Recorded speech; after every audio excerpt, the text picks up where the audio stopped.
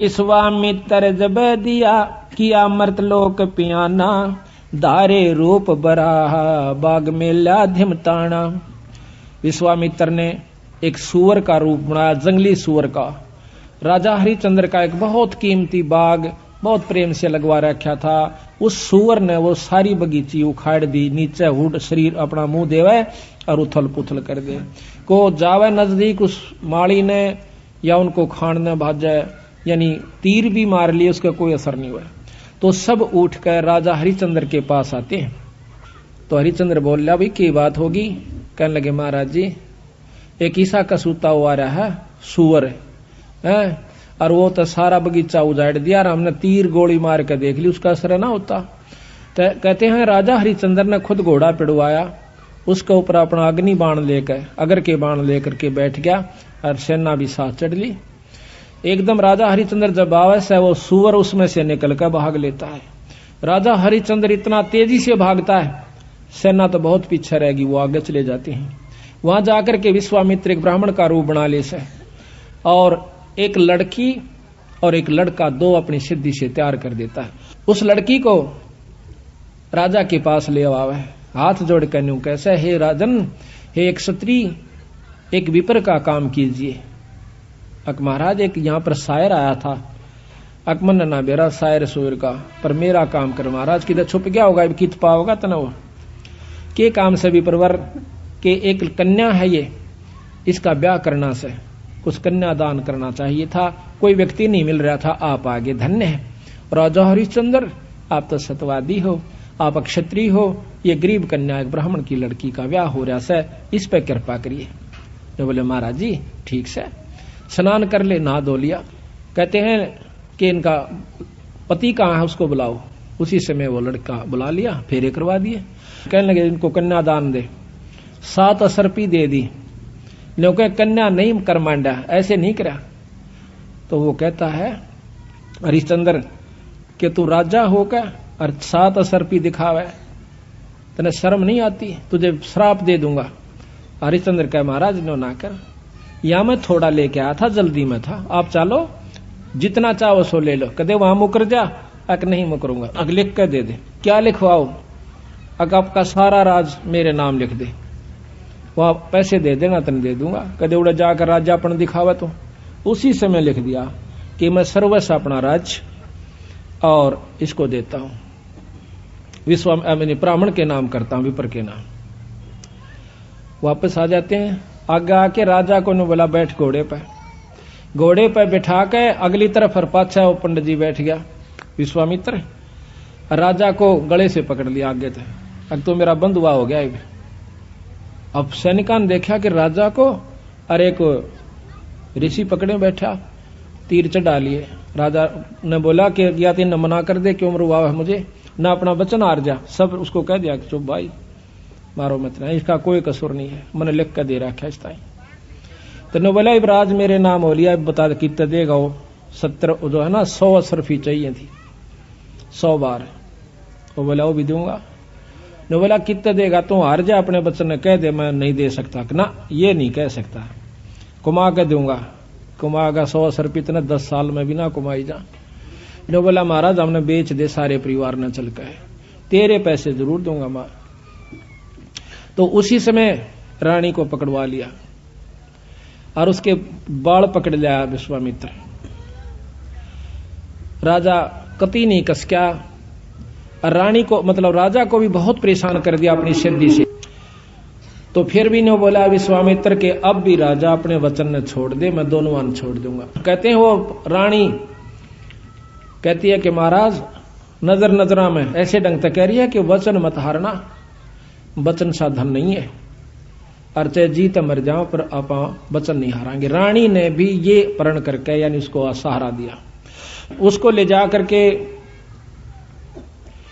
काशी में ले जाता है, अयोध्या में चौकी बिठा दी, यानी अपना राज बिठा दिया। अयोध्या में आकर के उसको बेचता, काशी में आकर बेचता है। राजा लड़के को और रानी को एक ब्राह्मण ले लेता है, हर हीरा नाम का। 50 बाहर के अंदर 50 जो भी असरफी थी या जो न देना था उसके रूप में। फिर आप जाकर के एक भंगी के पास जाता है। वो कहता है कि तूने मुर्द फरोश का काम करना पड़ेगा। क्या काम है महाराज? कि जो भी आवे मुर्दा उससे कफन उतार लेना ना, उसको 1.25 रुपया लेना है उससे टैक्स का। बोला अच्छा जी ठीक है, अगर छोड़ दिया तो तेरे से ले लूंगा। बिल्कुल नहीं छोड़ूंगा। ठीक है। कई दिन तक भूखा भाना बैठा रहा। एक कहते हैं हफ्ते के बाद वो कालिया नाम का झिमर मुर्द फरोश वो आता भंगी वहां पर, कहता है कि हरिया कहा महाराज तूने भोजन नहीं खा रहा? महाराज आपने भोजन की कही नहीं थी। कहाँ खाऊं? ओ तेरे की, एक दुकान बता दी कि वहां से ले आ और अपना खा लिए, पैसे का हिसाब मैं आप कर दूंगा। तो वहां जाकर के वो क्या करता है, भोजन ले लिया एक व्यक्ति का। इतने में विश्वामित्र आके एक भिखारी का ब्राह्मण का रूप बनाकर कहता कि महाराज मैं भूखा सा, भोजन दीजिए। तो कहने लगा विप्र आधा ले ले, भला हो तेरा सारा दे दे, मैं तो भूखा मरू सू, आधे में काम नहीं चला विप्र राजा महाराज। कहते हैं हरिचंद्र ने वो सारा उठा के दे दिया, नौका न्यू बैठ गया। अगले दिन फिर जावस है 2 आदमियों का ले आया, 3 का। कदे कोई मांगने वाला आ जाए उसको भी देना होता है। अगले दिन फिर आ गया, आके ने बोला महाराज भोजन दो, हम क्या खेती करें हैं आपका आसरा से। कहने लगा विप्र आज बहुत लयास हूं, आधा ले ले। नहीं महाराज सारा दीजिए। इब कबीर साहब कहते हैं वो नरता मोए जो पर घर मांगन जा, अरुण ते पहला वह मरे जो जा मुख निकसे ना। ने बोला ले भाई ले जा। 15 दिन बीत गए, रोटी नहीं खाई, दुर्बल शरीर हो गया। और उधर से रानी आती है पानी लेने के लिए ब्राह्मण का, और उस घाट पर जब वह पानी भरवाई तो उठा को नहीं घड़ा। रानी कहती है कि महाराज ये घड़ा उठवाइए। और न बोला रानी कमाल कर रही है तू, ब्राह्मण के घड़े का एक भंगी हाथ लावे, मेरे बस का नहीं, इसमें अंदर बढ़कर उठा ले पानी का मां बढ़कर। यहां थोड़ी सी विपरीत कथा हमने सुनने को मिला करती थी कि घाट पर रानी पानी लेने गई थी कुएं पर, और वहां पर यह भी आ गया था पानी लेने के लिए। नहीं, ये गलत है। गरीबदास महाराज ने जो लिखी है वो सत्य है, क्योंकि इन लाखों वर्ष पहले की रामायण भी ज्यों की तो मिलती है बंदी छड़ की। तो वहां पर रानी आई थी पानी लेने की खातिर। तो हरिचंद्र ने कहा कि अंदर पानी में डुबकी लगा करके घड़ा उठा लीजिए। घर आ जाती है। कुछ दिनों के बाद लड़का रोहतास उस पंडित जी की खातिर फूल लेने जाया करता था। वो रोजाना फूल ला करके पंडित जी को दिया करता था। वो अपने देव के ऊपर, अपने इष्ट के ऊपर पूजा किया करता था। एक दिन कहते हैं रोहतास फूल लेने के लिए जावा है, विश्वामित्र वहां पर एक सर्प का रूप धारण करके वो छोरे को डस लेता है। तो पड़ा पड़ा रोहतास ने कहा ऐसा कि माड़ी मेरी मां ने जिक्र ना करिए भाई, पंडित जी ने बता दे जाकर। वो भाग्या जावस है। अब पंडित जी चाड़ा हो गया कि हो गया कि वो लड़का किसका था भाई, रोहतास नाम बतावस है, और वो तो सांप ने डस लिया और मर गया भाई। उसी समय भाग लेता है वो हरिहर पंडित जी हर हीरा लाल का, और इतनी सुन ली उस लड़की ने भी, यानी उसकी मां ने भी, रोहतास की ने, कि छोरे का तो सर्प लड़ गया। वह भी भागी आवस। बुरी तरह वो ब्राह्मण छोरे ने छाती लाकर रोया है बेटा कौन हुई रोहतासिया। तो कहते हैं रानी ने बोली महाराज पिताजी रोआ मत ना, ये ताने जाने हंस है, क्यों चिंता करते हो।